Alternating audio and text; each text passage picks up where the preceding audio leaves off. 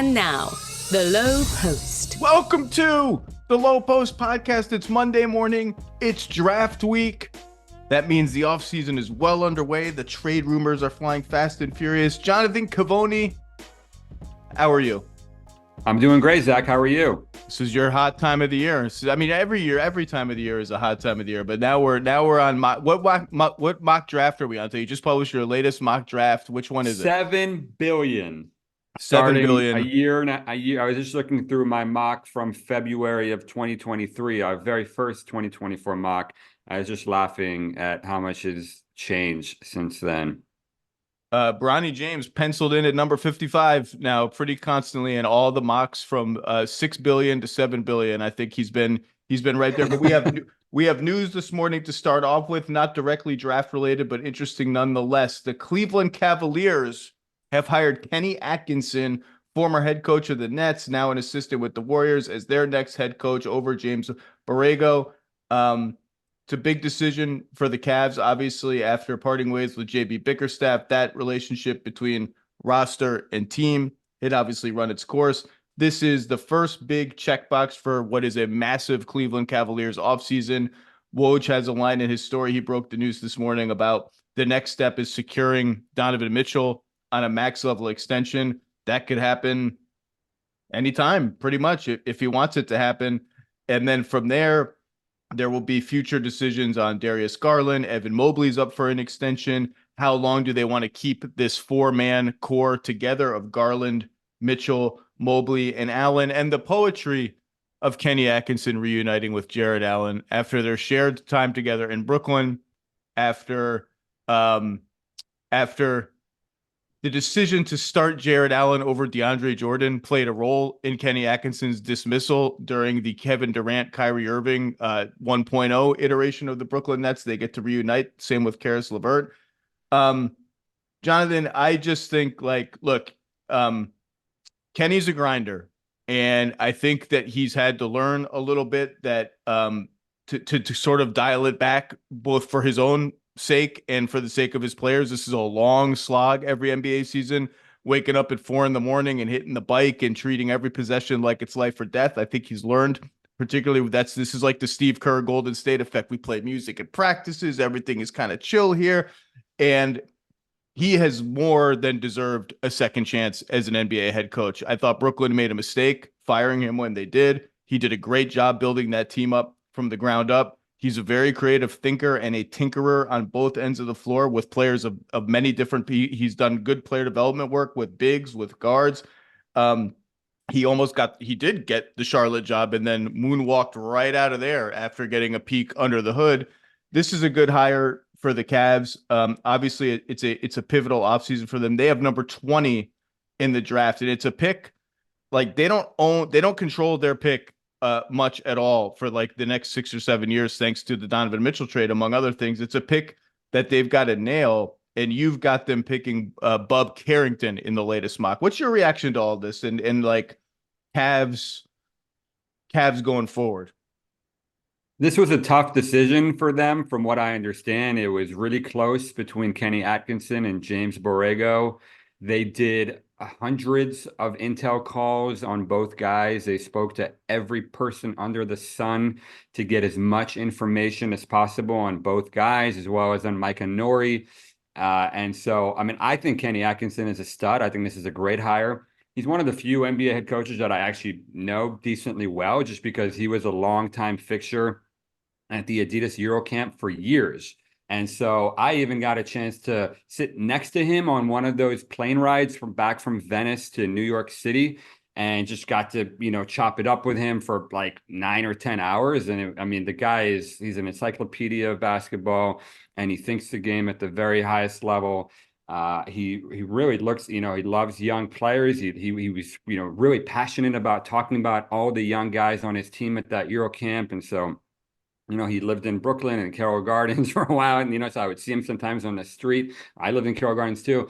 And so, I think this is an awesome hire.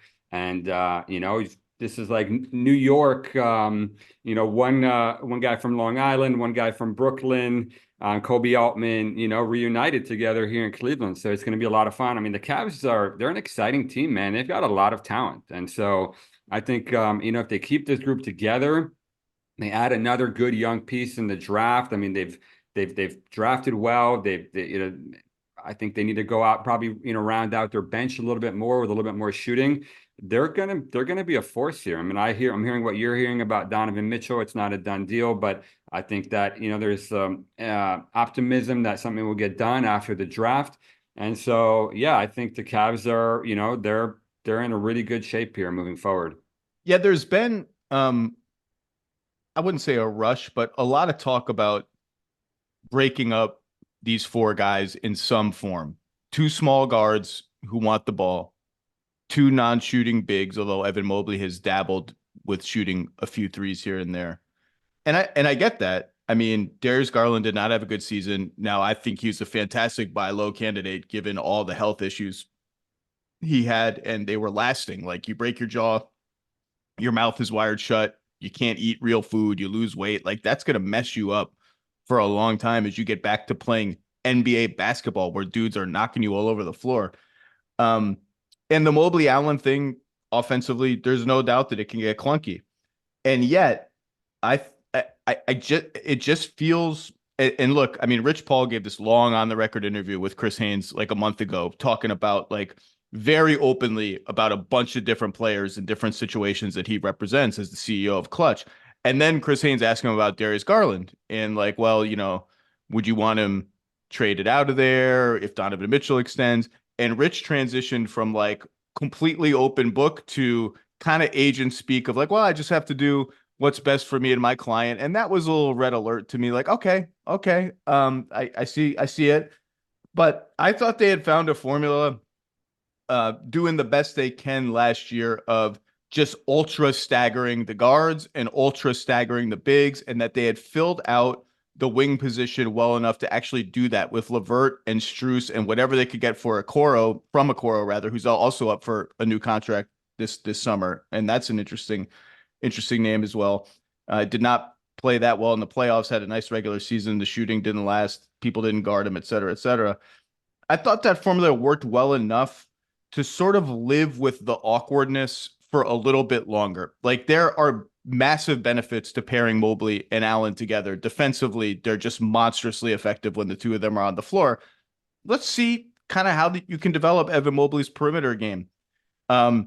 Mitchell Garland, yeah, it's like a one ball problem, but they both can shoot. They should complement each other over time a little bit better than they did last year. I'm not in that much of a rush, even though when Jared Allen missed games in the playoffs against the Celtics and Evan Mobley got to play center full time, all the time, no other non-shooter on the floor for the most part, other than, really none. They staggered him with Tristan Thompson. It was like, oh, he's rolling to the rim with force and like getting these physical buckets. Like, this looks pretty good. I get it. I don't feel any rush, and I don't think the Cavs do either. Believe me, they've heard all the noise about Darius Garland, about how, is he going to want to stay here? Is he going to want out of here? And they're like, look, he's got 4 locked in years left on his deal. Like, there's not an option at the end of it. It's 4 years, average of $40 million a pop. He's 24 years old. He's not 28. He's not 29. We're not in a rush to move that dude. And this just might be a case of like, fresh coach, fresh insight, fresh system. Let's just see how it all works. And I'd be kind of excited about that if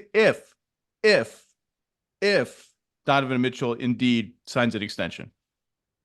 Yeah, I mean, 2 points. I mean, one of the things that I heard was a big factor in the interview process was they wanted to hear fresh ideas for how this new coach would utilize, the lineups that they have, putting guys in more 5-out type sets, even with the bigs, like maybe experimenting with these guys shooting more threes and, just where like the creativity for how to utilize the group that they already have. I know that was a factor.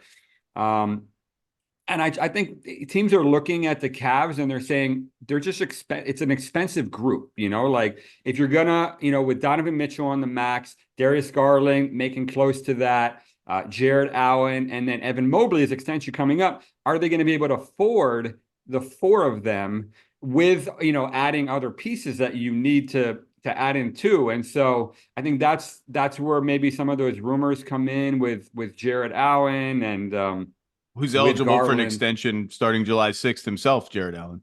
Exactly right. So I think that's what a lot of people are looking at. But, I mean, the Cavs are good. And so they have decisions to make. But like I just don't see like Darius Garland being traded to the Lakers or the Spurs, like unless somebody like really blows them away with an offer, which I've been told it's not anticipated that that's going to happen. And I mean, Darius Garland is cool, like with the current situation and all that. I mean, I think some of the friction with Mitchell may have been around, the reporting indicates with JB Bickerstaff and all that. So now you get a new coach in and, it's just a new opportunity to try some different things with them offensively. Well, as you say, you have all those four guys on whatever their next contract's going to be in the case of the two bigs. And Mitchell, if it's going to be an expensive team. And Bobby Marks and Tim Bontemps laid it out this morning. This is the summer of the second apron. The second apron is here. Put the first apron, put the second apron over the first apron. You got to wear two aprons now while you're cooking. If you're a lot of these teams, two aprons for the summer barbecue. And the restrictions for that are unbelievably onerous. Forget the fact that you're going to pay a huge tax bill. And then if you stay up there, you're going to pay a huge repeater tax bill. You really can't do anything to build your team. Like you're restricted from doing so many different things, aggregating salaries and trades, taking on $1, a cent, a penny more than you send out in a trade. Can't do sign and trades, bringing a player in. Most importantly, and this is the one that kills you, your pick gets frozen 7 years out. And then if you keep staying above the aprons, it gets moved to last in the first round. That's the one that teams are like, oh my God, really? And so I think we're going to see teams sort of deal with this reality in many different ways, big and small. I know you've heard some of that too. And it's going to start sort of right away with, I think people have really caught on now. The first domino of this offseason is Paul George with the Clippers. And what exactly happens there? Does he resign? Does he opt in and ask for a trade? Does he just walk in to somebody's cap space like Philadelphia? The Clippers are one of the teams, along with the Warriors, that were sort of the poster child for why the second apron supposedly needs to exist to restrict these huge market, huge spending teams from just hoarding players, hoarding talent, even though none of the teams that paid the tax other than Boston really did anything in the playoffs this year, including the Clippers and the Warriors who didn't even make it. And now that there's Bill Simmons talked about this morning. Now there's like, is there a mega deal where like Paul George opts in and Chris Paul's salary, which is mostly non-guaranteed until June 28th when the Warriors have to make a decision on it. They guarantee it and they trade him somehow to the Clippers and they get Paul George back. And like, what are the Warriors sending out in that deal? And then your brain starts to explode. It's the summer of the second apron, Mr. Givony. Here we are. Yeah, and this is why Bobby Marks is going to be the most important guy on our draft show, both the first night and the second night. As I'm making calls around the NBA, I keep hearing, again and again, all this talk about teams, talking about trading out of their first round pick, teams that have multiple second round picks, like the Spurs have 35 and 48. The Pacers have 36, 49, and 50. The Memphis has 39 and 57. Portland has 34 and 40. Those second round picks are going to be very attractive to teams like the Phoenix Suns, for example, who, like you said, they just aren't going to have many ways to add talent. And, that second round exception, you confirmed it today, that you could use that multiple times in the same summer. And that's really, really important because you can save. For people who don't understand what that means, the second round exception means you can sign the people you pick with second round picks to 3 or even 4-year contracts without using your mid-level exception, which you can then reserve all of that if you have it for actual NBA veteran free agents. You didn't used to be able to do that. It was only 2-year deals, I believe, was the longest they could be without using the mid-level exception. Now you can sign those second rounders for a long time. The Kings did this with Kobe Jones last summer. They signed him to a 4-year deal and you can go up to above the rookie minimum. You don't have to. And in fact, part of the reason why you're hearing some of this stuff about can we acquire multiple second round picks for a really late first round pick is if you sign those deals at the rookie minimum, or there are the cap shenanigans where you can sort of not get around, but it doesn't count as much toward the apron as it would otherwise, and it saves you a lot of money. That's really interesting that you're hearing that. The Suns have what, 22? 22. And so they're thinking potentially if we can get 3 second round picks for that, we have no picks, so it's like that's the only way that they could add talent potentially is, also in deals, but also, I mean, it feels like this proven guys in the second round there's going to be a big run on them, like because having those cheap second round picks who can contribute immediately, like a Trace Jackson Davis or an Herb Jones or whatever, that is more important than ever because they make nothing and, it saves you a lot of money. So it feels like a lot of these proven college guys are going to go higher than they normally would, like a Cam Spencer from UConn, Kevin McCullough from Kansas, Adem Bona from UCLA. These are the kind of guys that you could see them playing in an NBA game tomorrow.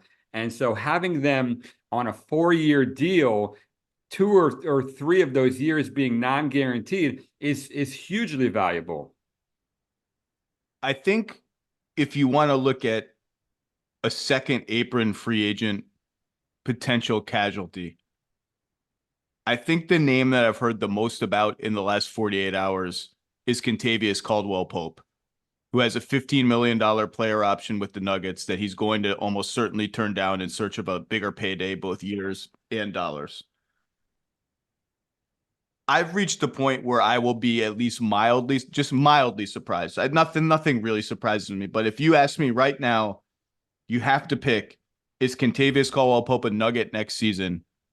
I think I would lean no. I think there's going to be a market for him. Denver is going to have a ceiling in terms of just what it's able to commit. They have an Aaron Gordon extension coming down the line. They have Christian Brown sitting there on the bench, and you could say, well, if he's ready, the shooting decline and drop off is meaningful unless he makes a leap in terms of volume and accuracy. And then the trickle down effect on the bench is meaningful too. But that's a name, I don't know what you've heard. Now we're on apron. We're going to get to the draft, I promise. But like, that's a name that if you're looking for like, what is the concrete implication of the second apron? That's an example. If he changes teams and Denver, who is one of the prohibitive favorites for the title next year, as is, just says, you know what, we can't re-sign our starting shooting guard, even though we have his bird rights and all of that. That's a big moment, I think, in NBA CBA lore. But how do you replace that? That's the problem, is that, like, that's a huge loss for the Denver Nuggets. And I'm not, just to be clear, I'm not reporting it. I'm not saying it's happening. I'm saying, like, if you just ask me based on, we all hear the Philly stuff with Caldwell Pope. Well, it's more. There's more teams than that. Even I would just say it's like I would lean like 60-40. He's going to leave in free agency, but maybe they just decide this is one of those like, all right, let's gather together. Ownership, Cronkies, everybody. We're a championship level team. Are we really ready to do this? Or are we really ready to pay this enormous amount? It's a big moment. But what message are you sending to Nikola Jokic and Jamal Murray and Aaron Gordon and all these guys and saying, like, we let Bruce Brown go a year ago. Now we're losing Kentavious Caldwell-Pope. Like, are we moving further and further away from championship contention? So that's what I wonder if I'm Denver. And like, so, they were trying to get ahead of this last year by drafting Hunter Tyson and Jalen Pickett and Julian Strawther, and so they saw this coming. But the problem is that these guys aren't normally good enough to help you right away as rookies. And so this is why scouting is going to be more important than ever. I think, intel is going to be more important than ever. Going years out and finding guys and, finding those steals in the second round and the late first round. It's never been more important in today's NBA. And I could very well be wrong about this. They could end up paying him. He could end up taking a discount to stay there because, like, there's playing with Nikola Jokic and there's not playing with Nikola Jokic. It's two different universes, as Bruce Brown Also found out last summer. All right, let's get to the draft. I do want to do the Paul George thing, but we'll find a way to do it later. Your latest mock draft with Jeremy Woo is out. Let's just start right at the top. The Atlanta Hawks, you have them taking Reed Sheppard, number 1. It's fluid. You have tidbits in there about, obviously, the Hawks are in a weird spot, and everyone around the league. I mean, I've had so many executives from other teams ask me, like, "What are you hearing about the Hawks?" So we can't get a good through line on like what the Hawks are doing, and it's because they have the number 1 pick, and they also have this massive organizational decision hanging over their head about, do we trade Trae Young or DeJounte Murray or both? Wait a second, we don't control our picks. We can't really tank. Trading both seems like a bad idea. Trading one, well, we like pretty much stayed afloat without Trae when he was injured last summer. We're pretty confident we could stay afloat with Trae and without DeJounte. We got multiple tentacles out in different directions. You mentioned New Orleans as a possible destination for one of the 2 guards if they do end up trading them. I'm interested to hear more about that. But it's right now, it's like very tentatively, your guess would be Reed Sheppard. Yeah, I mean, one of the things that I do in calling around the NBA is, I talk to pretty much every team and I say, can you read me your mock draft at the top of the draft? And teams that are drafting, in the middle of the first, and especially the end of the first, or like later in the lottery, like they don't care, like they're saying this is, so pretty much everybody has Reed Sheppard at 1. Could the Hawks surprise us? They're, putting out smoke here that, that Alex Sarr is still firmly in consideration there, even though they haven't gotten him in for a workout. So, the Hawks could do anything. And that goes in a lot of different ways, like with Trae Young, with DeJounte Murray, with Capella, with their whole roster. But I think if anything but Zachary Reed Sheppard happens at 1, I think that would be a big surprise around the NBA. And I've been adamant from the moment the lottery ended that, the Hawks can live the best of both worlds. They can take who they want at number 1 or turn it into multiple top 10 picks in this draft, whatever. Do the go young direction and trade one of the guards for whatever pieces they want, ideally a combination of players and picks, and still be a decent team with a decent infrastructure and not have to go all in. We got to win now. We got to win now. They could do kind of both at once. Why has Sarr not worked out for them? It just seems that he's looking at Washington's situation with, their centers being Rashawn Holmes and Marvin Bagley the third. And, the 4 is like, Kuzma, who can move to the 3 also. And so I think he's looking at that depth chart and saying, there's a lot of space for me there to not only play, but to be a featured player for them offensively. Whereas the Hawks have Jalen Johnson, who a lot of people feel is really the only untouchable piece on the Hawks roster. And Jalen Johnson is a ball handler. He's a playmaker. Like, he's a lot of different things for the Hawks. He's good. And then they have Onyeka Okongwu signed to this big extension. Not big. I mean, it's like, I don't know, $60 million over 3 or something like that. Maybe over 4. It was a good deal for the Hawks, I thought. Yeah, that kicks in this summer.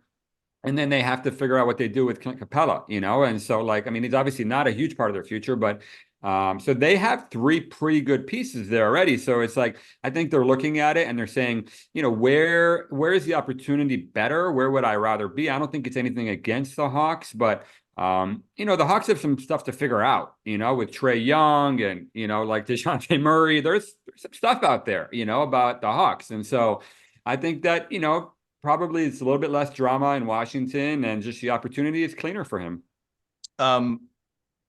Capella is a name I've heard a lot in the last week of other teams saying, we think he's available. We think we could get him. He's in the last year of his contract, so coming up. So that makes sense. Okongwu's there. It's interesting in conjunction with the center and Sarr being towards the top of the draft, and another in Clingan also being toward the top of the draft. And Clingan's name is just all over the place in terms of where he might be able to go. Interesting spot for the Hawks. Related to that, you and Jeremy report today, Reed Sheppard had a private workout with the San Antonio Spurs over the weekend. The Spurs hold number 4 and number 8 and all those future Hawks picks and some other future picks and swaps from various places, including Boston and Dallas. That's interesting. The Spurs have had some well-known and some lesser-known last-minute second workouts, private workouts. I don't know if this is their first or second look at Risage or whatever, but they brought in Klay Thompson last minute for his second workout back in that draft, and it didn't get out for It was years. his first, Zach, because he arrived late. I mean, his season ended really late. They went to the semifinals of the French League playoffs, and then he had to stay in Europe to go to this new NBA draft combine in Italy. So it took him a while to arrive, and he was just gassed too after playing 75 games this year. And so he just, he's making the rounds late here because his whole pre-draft process started really late. Well, tell me. Okay, so then you have that private workout for the Spurs. You have some smoke, and I emphasize smoke out there that they may be looking at Clingan. They interviewed him, yes. And you speculate, I think very intelligently, that could be bait to try to get teams to trade up with them at number 4 or pay a bounty to, if you really want Donovan Clingan, this is where you got to get.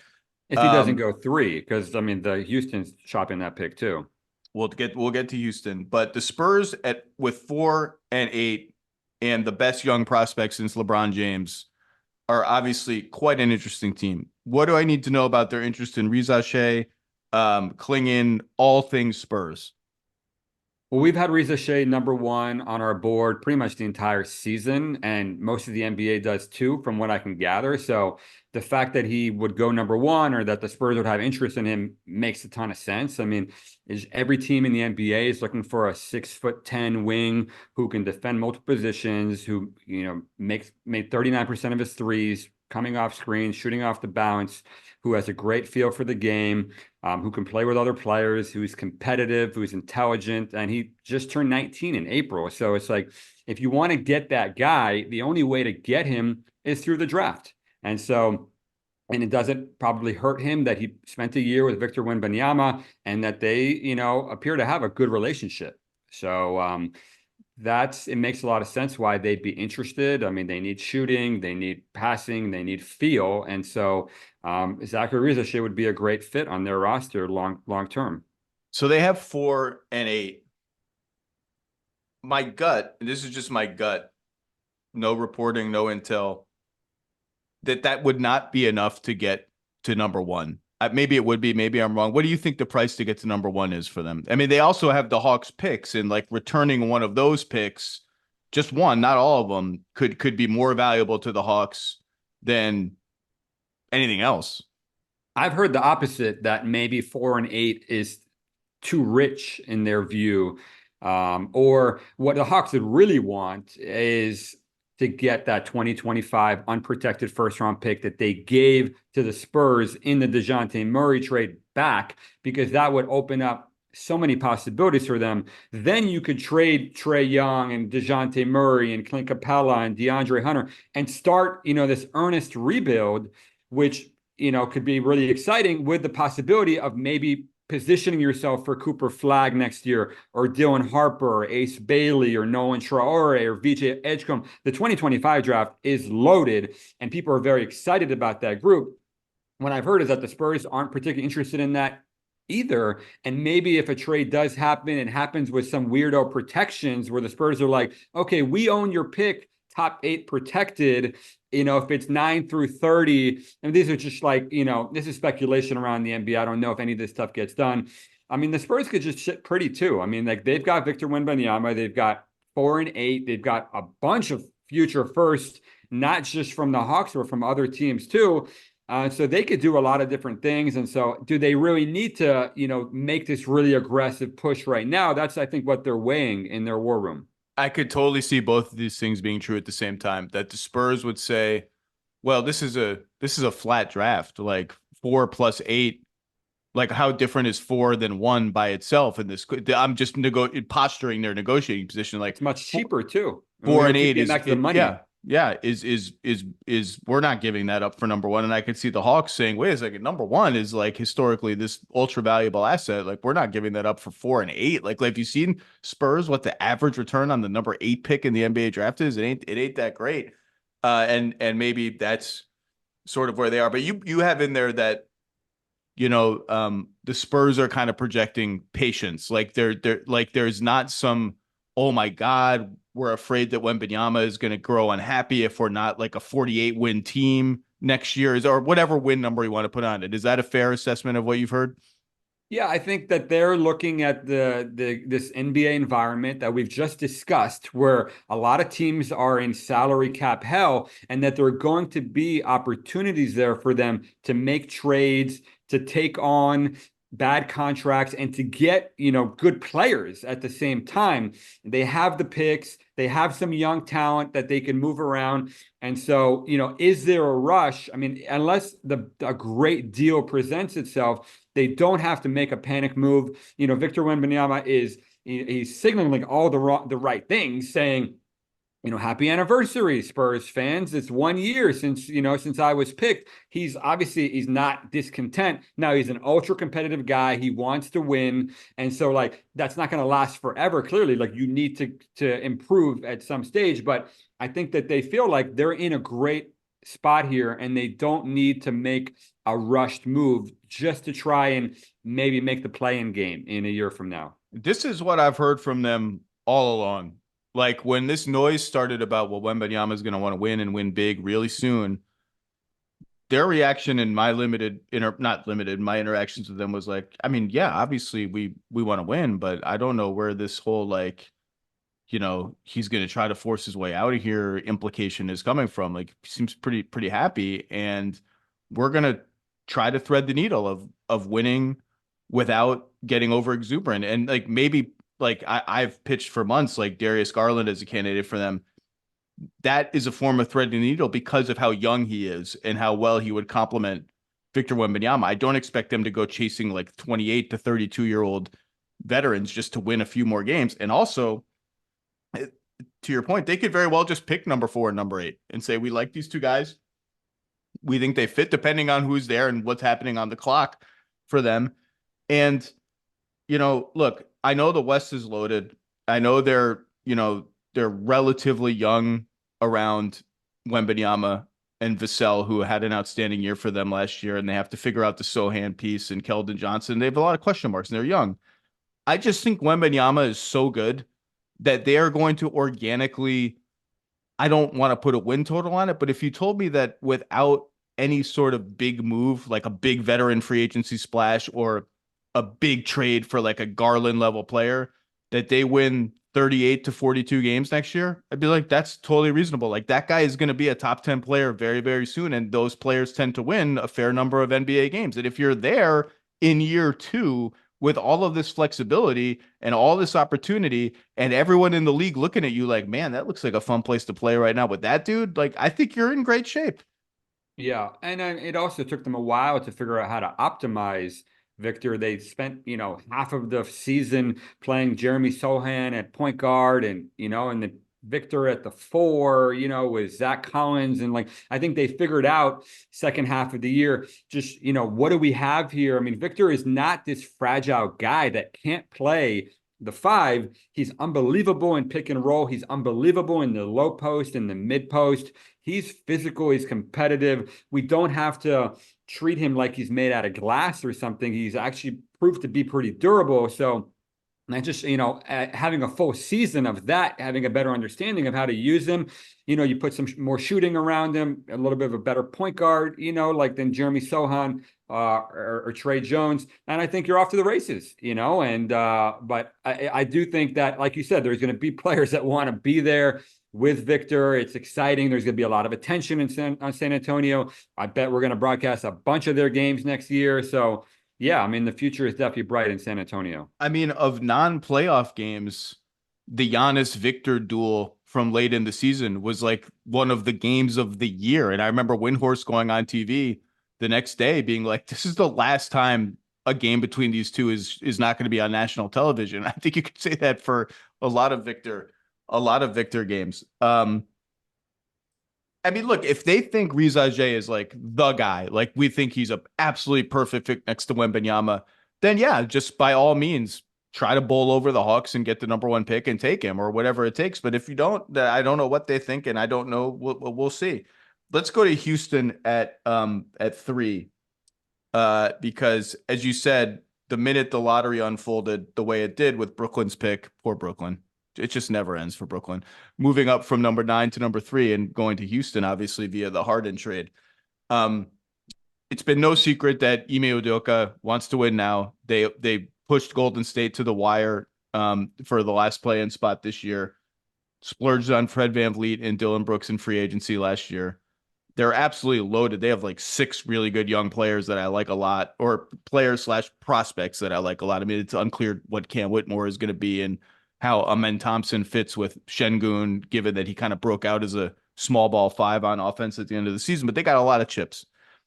And so they get the 3rd pick, and I was like, well, get ready to trade that pick. I mean, that's the trade chip to get another veteran in the door. And I get it. And I said at the time, like, I don't know what they're going to do, but all this talk about aprons and cap hell, I said at the time, and I'd say it again now. I know the number 3 pick is not cheap. As you mentioned, like the salaries for the top 5 picks are high and they escalate the higher you get in the draft. So it's not like, you're getting like a $3 million little salary slot there. It's expensive, but it's cost controlled and it lasts for 4 years and it leads you into restricted free agency. And as all of these dudes come up for new contracts, and it's coming around the corner for Şengün and Jalen Green, who broke out in the last couple months of last season, Tari Eason's going to be there before you know it. He's recovering from an injury after missing a ton of time. Like, having that optionality at the back of your roster is going to be a big deal. And I think about that a lot with Houston, and I think about that a lot with Memphis, who's sitting at 9 and clearly in win now mode. When they get their whole team back next year, they're going to be trying to, frankly, like, win the West or compete with the best teams at the top of the West. That cost controlled asset at 9 or wherever they end up in the first round, if they stay in the first round, I think is a very handy thing for them to have, and something that you got to think really hard about. Like, do we really want to trade this for a $30 million veteran or $25 million veteran? It's got to be the exact right guy. We know they've made hard runs at Mikal Bridges before. I've not heard that Brooklyn has really changed its stance on not making Mikal Bridges available in trade talks. And maybe the solution for Memphis is you have them as a candidate to trade up potentially for Donovan Clingan. But these 2 teams, and starting with Houston at 3, I think face very interesting decisions where you could prioritize winning, financial stability, whatever it is. And I have no idea what Houston's going to do. You have Reed Sheppard mocked there, I think. Is that right? Yeah, I mean, most of the league thinks that if the Houston keeps their pick, it's Reed Sheppard. If they trade the pick, somebody's moving up for Donovan Clingan. So, I mean, honestly, there's just a question is, what are those options going to be? Like, who wants to trade up and what can they get? I mean, like we talked, Bridges, you talked about, you hear names like Jimmy Butler, Brandon Ingram.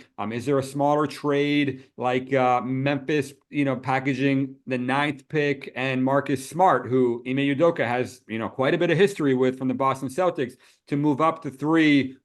Can Marcus Smart and Dylan Brooks, how much does that make sense? Some teams are asking, but just what are the options going to be when they're actually on the clock? That's going to be fascinating for me. I know the Nets are saying they're not trading Bridges, but just the way that correct me if I'm wrong, but the way that his contract is structured, his number is too low for him to get a max extension or a high enough extension. What is his extension number when it comes to that, in what is it, a year or 2 from now? Yeah, I don't believe he's extension eligible yet. I'm bringing up his contract data now. He might be extension eligible, actually. Spotrac has him as extension eligible. Okay. He has 23.3 now, 24.9, and then he's an unrestricted free agent. I believe, without consulting with Bobby Marks and doing this in real time, that the number would be 140% of his current salary, which, as you said, would not be high enough, I don't think, to get him what he would want.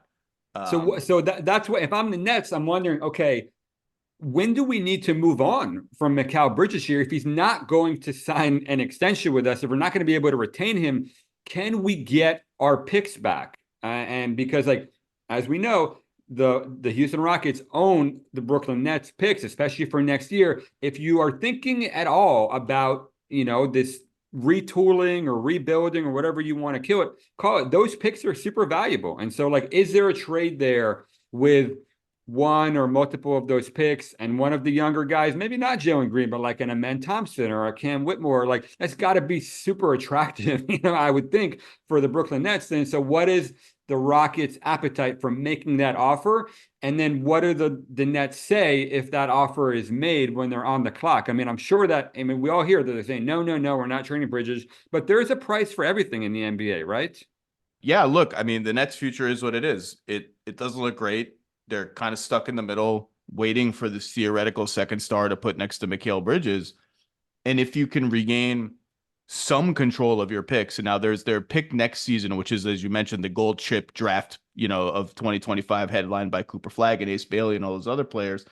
There's a bunch of swaps on it. Oklahoma City's involved in the swap. Houston's involved in the swap. But if you can get control of at least like some of your picks, that's a big deal for the Nets. And, I don't know what they're going to do, but I know that that's an interesting pivot point for both Houston and the draft. And I'm not a college basketball guy. I'm far from an expert. I think Reed Sheppard is a very, very, sounds like, and from the video I've watched, looks like a very interesting prospect because the shooting is just crazy. And he's undersized and he's going to get targeted defensively, but he has these like steal and block stats and this compete factor where you're like, what is this guy? He's how much more ball handling can he do than he was able to show at Kentucky? He's a very interesting guy, and I can see why teams are very high on him, or as like a big swing upside kind of pick. It's a similar conversation to what we said with Reza Shea. Every NBA team is looking for shooting, feel, guys who can play with other good players, and competitiveness.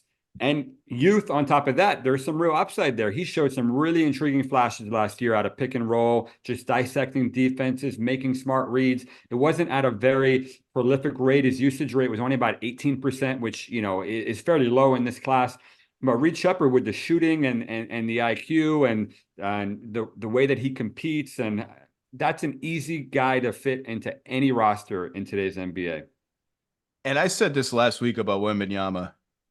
And I didn't say it in conjunction with Reed Sheppard, but it applies to Reed Sheppard. And the Spurs, they don't pick third, but they have 4 and 8. And there's a lot of variability here. I know small guards get targeted in the postseason all the time. Sometimes it works, sometimes it doesn't. We had a bunch of small guards do pretty well in the playoffs this year, and then you come across a team like the Celtics, and it's like, oh God, it's hell to play against these guys. Wembanyama is just the ultimate eraser. He is everywhere all the time, and he can protect those kinds of players. He projects to be able to protect those kinds of players as a roaming, not just back line, or just a roaming everywhere guy.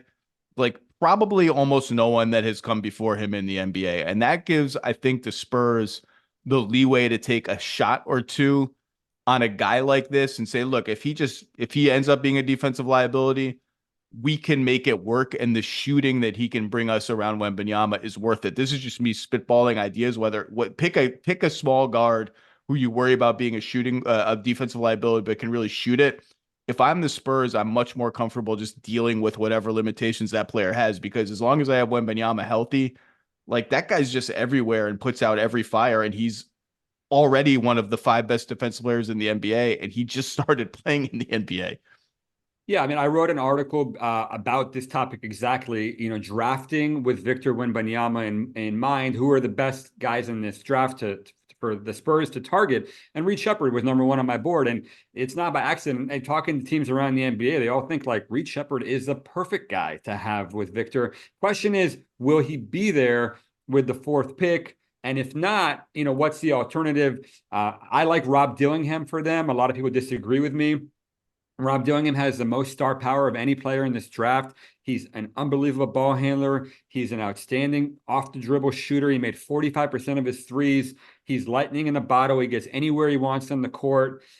He's just full of energy and excitement. And so I love Rob Dillingham as a potential partner with Victor Wembanyama. That'll probably be more with the 8th pick. We have Stephon Castle getting picked 4th here. I just worry about the shooting. You know, I went to a lot of UConn games this year. I always got there 2 hours early. I watched them go through these long warm-up routines, and I'm filming there and saying, man, I'm going to get 3 or 4, you know, consecutive makes from Stephon Castle. I'm going to post it on Instagram. And dude, it would take me 30 or 40 minutes to get even 2 consecutive makes. I'm like, man, this is alarming, you know? So it's like, you know, the Spurs were like a fraction of a percentage point away from being the worst shooting team in the NBA last year. You add another guy like that on top of what they already have.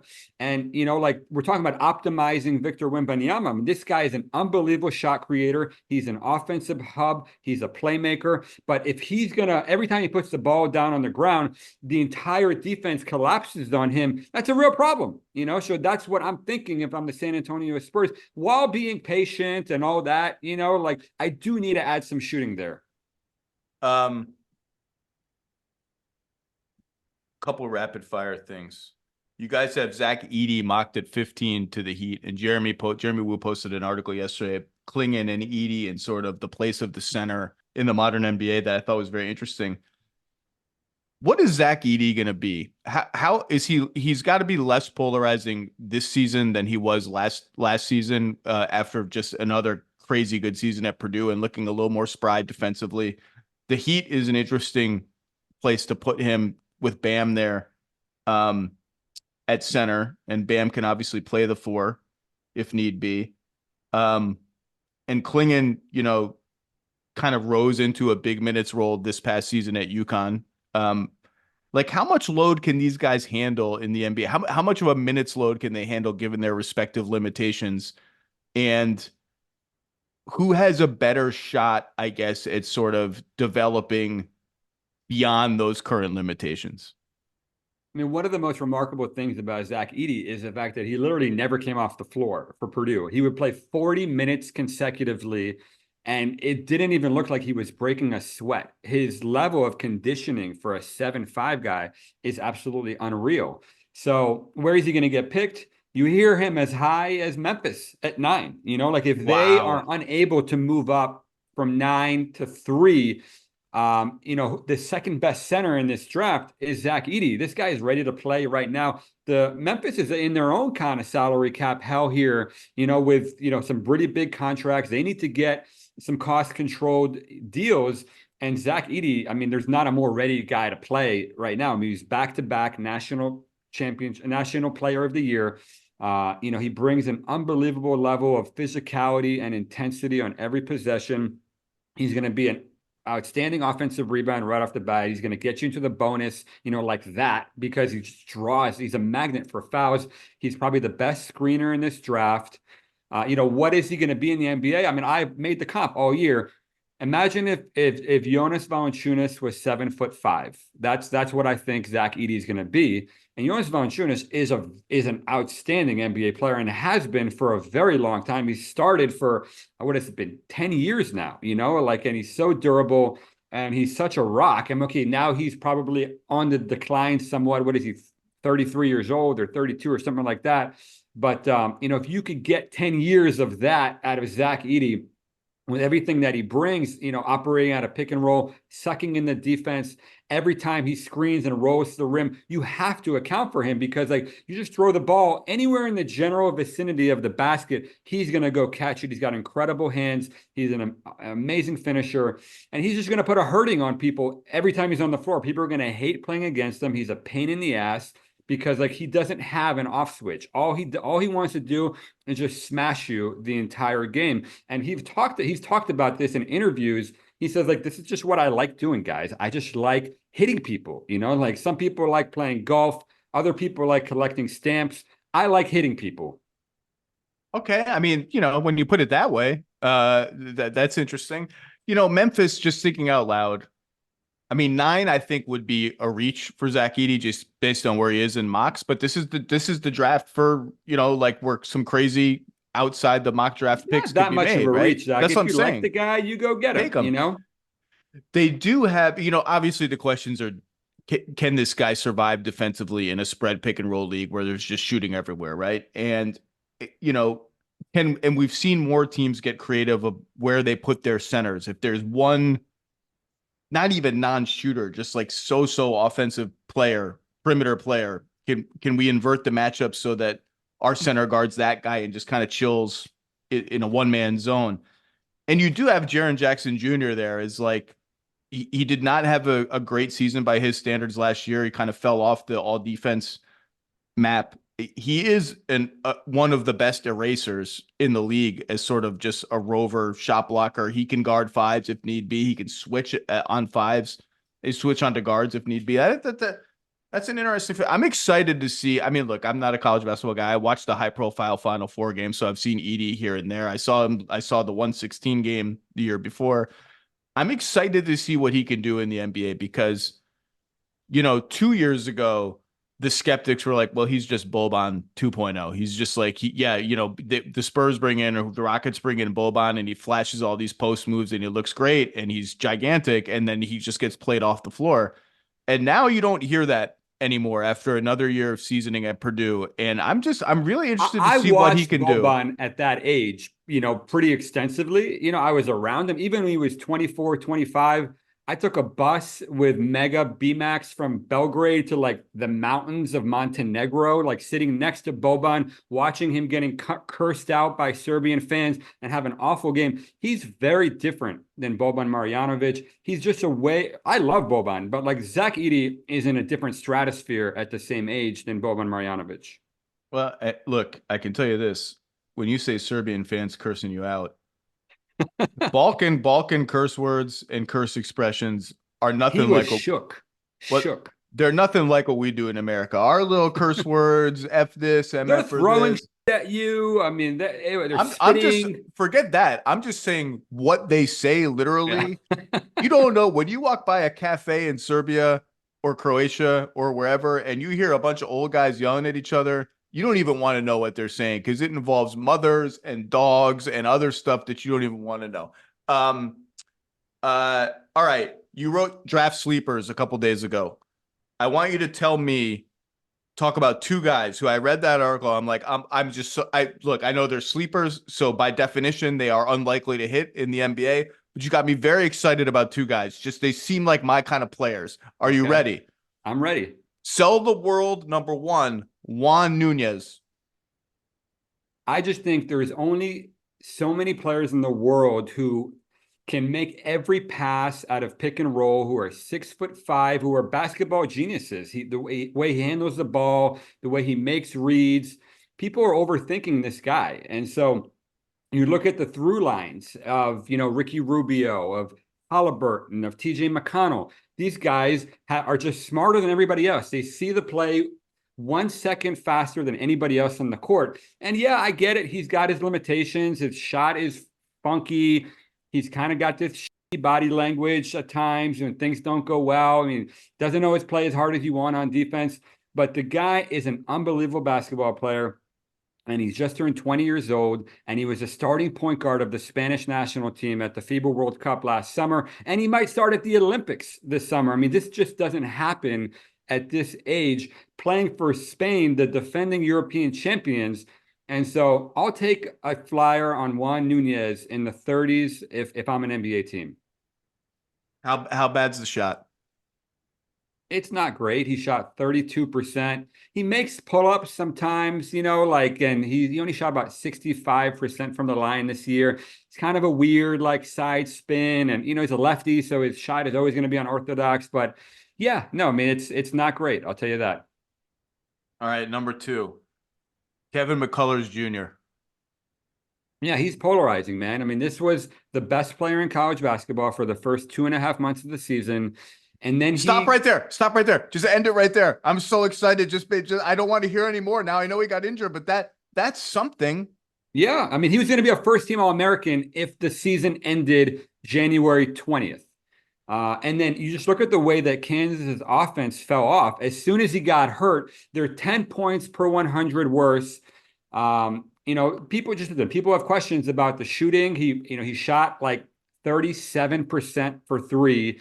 Those first 2.5 months of the year. He was a 5-year college player. He had never done that at any point before that, but he's always been a good free throw shooter. he's always been an awesome defender. He's a very good passer. We're talking about the second round, like the need to get these cost controlled, productive players. Somebody's going to take Kevin McCullough in the 30s, I believe, and they're going to be really happy with him. The problem is that he's been hurt, so he's walking around on crutches at the NBA Combine. It's not what you want to see. It's like, oh my God, I can't wait to draft a guy on crutches, So he's not going to play Summer League, which is a bummer, but are we trying to win the NBA championship? Or are we trying to win the Summer League championship? And so, he's a polarizing guy off the court a little bit too. And but I'm a Kevin McCullough guy. I think you take the player who's a very good basketball player, and you figure out the rest later. I mean, the health and all that. You guys spend tens of millions of dollars on keeping players healthy. Here's another one, for your infirmary. All right, let's wrap with the Paul George situation, which I did this with Bobby last week, so we don't have to go crazy with it. I just think it's the most important thing going on in the NBA right now. This uncertainty about what he's going to do, why there's been this stalemate with the Clippers, and where he might go, particularly if he opts in Chris Paul circa 2018 style and or 2019. So whenever he went from Clippers to Rockets, I think 2019. And opts in and opens up the trade field beyond teams that just have cap room, but still including teams like the Sixers that just have cap room. First of all, I would caution everybody. The last time Paul George changed teams dramatically, it came absolutely out of almost nowhere. And so even people that should theoretically have been in positions to know that might have been in play were like, what? He's going where? To the Clippers. So I would caution everybody that if there's something afoot, we may not know about it until it actually happens. Number two, the opt-in thing is opt-in and trade is a tricky balance, as I talked about with Bobby, because he's going to want to go to a team, and the only kind of teams that are going to want him are teams that are ready to win the title now. The Clippers also would theoretically like to build a team that is at least able to maybe compete at a high level now. And so win now for win now trades are very tough to make. And you throw in the opt-in, you throw in the second apron limitations, you throw in all of that, you start to run into a whole lot of problems. Bobby and I mentioned the Knicks. They have Randall's salary and a whole bunch of draft picks and Bogdanovich's non-guaranteed salary. That's interesting. I tried to make up fake trades with the Wolves, the Pelicans, the Cavs, the Kings, who I think are really interesting. I talked about the Kings' reluctance to take on a third gigantic salary. You have the Kings' number 13 pick as potentially in play in this draft, correct? Yeah, seems to be available. And you also have them taking Ron Holland, who seems very exciting. Yeah, I mean, like at that point in the draft, you're just trying to get close, and so if you're the Kings, like let's just take a swing on a guy who is at 1 point ranked the number one player in the class, and like see what we get. I mean, so if he could go to Chicago at 11, maybe Miami at 15. So we're just trying to get in the ballpark at that part in that part of the draft. I just think the Kings are really interesting because it's hard to have your cake and eat it too in the NBA. They just brought back Malik Monk. I did that with Bobby last week. They want to get better. They have an urgency from the owners to get better. I think the front office shares in that urgency, perhaps not to the same degree. They have Kevin Huerter's contract and Harrison Barnes' contract just sitting there as ready-made salary matching. Plus, they can trade a bunch of extra picks, aside from the one they own, the Hawks. And yet they don't necessarily. Not that they don't want, but they are worried about the constraints of having three mega salaries with Sabonis and Fox and player X. Well, okay, then you just have to build a team another way, which Monk's mid-sized contract fits into that. And now the Warriors' theoretical Paul George buzz has crescendo to the point where Bill Simmons and Ryan Russillo talked about it for 15 minutes on Bill's podcast today. And, I get it. And I think the Warriors are prepared to look at pretty much everything that doesn't involve Curry at this point, and maybe Green because he's so tethered to Curry and is such a sacred part of that organization, and also is a tricky fit elsewhere. I just don't know. They have some interesting young players headlined by Jonathan Kuminga. and they can trade 2 future first-round picks and the better piece of the 2030, I think, pick that they owe the Wizards in the original Chris Paul trade. And they have this Chris Paul contract that has a June 28th deadline to guarantee. They're going to get themselves into interesting conversations.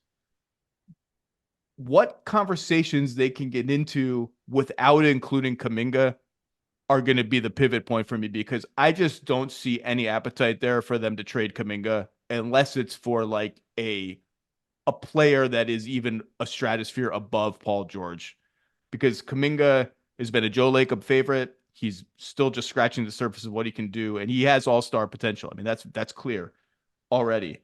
And so I don't know quite what they can do. And also, like, there's just not that many teams that are dying to have Andrew Wiggins' salary, if that's what you have to use as a salary ballast and all of that. And then they have the Klay Thompson question hovering over all of this too. And Chris Paul. Big decision, June 28th. What do they do with that contract? So I just don't know what the pathway is there that doesn't involve Kuminga. Obviously, they've got Podziemski and Moody and Jackson Davis. Like, they've done nicely at the back end of the draft. I just think that Paul George piece, I think everything, particularly if Mitchell ends up signing an extension in Cleveland, and we don't know that that's the case, I think the whole offseason pivots from Paul George's decision. I don't want to be anticlimactic, but everything that I'm hearing as I'm making the rounds, calling teams, calling agents, trying to get intel on what's going to happen in the draft, all the same people that represent the top prospects in the draft also have all the best free agents. I hear that it's tough out there. Like, it's a tough market. And so I think that we're going to be surprised by teams' ability to get deals done at maybe a more conservative number than people were expecting. It's not going to be this crazy bonanza where Timothy Mozgov and Luol Deng are getting, max deals out of nowhere. I think people are going to be really, really conservative with the second apron in mind. And so in that vein, my prediction, I have zero intel. I have no idea what's going to happen, is that Paul George stays in LA, resigns there. I mean, it's a fair offer they've made him. And so it just seems so complicated trying to navigate him somewhere else. And then, like, what did the Clippers get back? And I don't know, I mean, unless it's Philly and then you hear, are they interested? Are they not? I texted you this question, is there a possibility that Philly maybe hangs on to some of their cap space because they want to be the dumping ground where, for getting future assets? There's going to be a bunch of teams at next year's trade deadline who need to get off of salaries. And where are they going to dump those where are they going to dump those contracts? Obviously, it's not what Philly fans want to hear, but like, if they don't get, these most attractive guys or whatever, we haven't even talked about Brandon Ingram. That's a kind of a major storyline that's looming here on draft night too. What is his market? What is Trae Young's market? It's going to be really interesting, man. It's going to be a fascinating offseason. Well, and I think Detroit is going to act as an offseason dumping ground in that style, with Trajan Langdon just taking over there. That's the intel going around the league anyways, that they're going to be that in the offseason. Give us your bad contracts and picks that come with them, or young players that come with them. The issue with Philly is Embiid. Like, Embiid's got to win today, got to win tomorrow. He's got recurring knee issues at this point. He's always dealing with some ailment, and he's just a big dude who's had a lot of injuries. And so draft Zach Edey, and play them together. Yeah. But they're going to have the problem is that they ran him into the ground last year, like they needed him so bad to get, like a favorable spot in the playoffs that, like, he just, he was hurt by the time they got there. And so that's something that they're going to have to figure out at the same time. Yeah. And that's why I'm skeptical. You're right. Like, if you strike out on Paul George, if you strike out on OG Anunoby, what's plan D, E, and F? I don't know what that is. I agree with you in theory that the most likely Paul George scenario is still that he goes back to the Clippers, but I'm prepared for anything at this point. You've got to go prepare for the actual NBA draft, which is 2 days away. And now it's a 2-day event, which is interesting. And we'll be interested to see how that ages without this year. We have Bronny James, obviously, to carry interest into day 2. We have the second round, and we have the apron to carry us. That's what's going to carry us. Bobby Marks, man. Look, if Bobby Marks isn't wearing an apron, I wore an apron at the beginning of the season with Matt Ishbia's face on it. If Bobby Marks is not in Barclays Center or Bristol or wherever he's going to be wearing an apron at some point from Wednesday to Thursday, I'm going to be disappointed. Jonathan Givony, no one does it better than you. Go do your actual job. Thanks for lending us some of your time. Thank you. Thank you, Zach.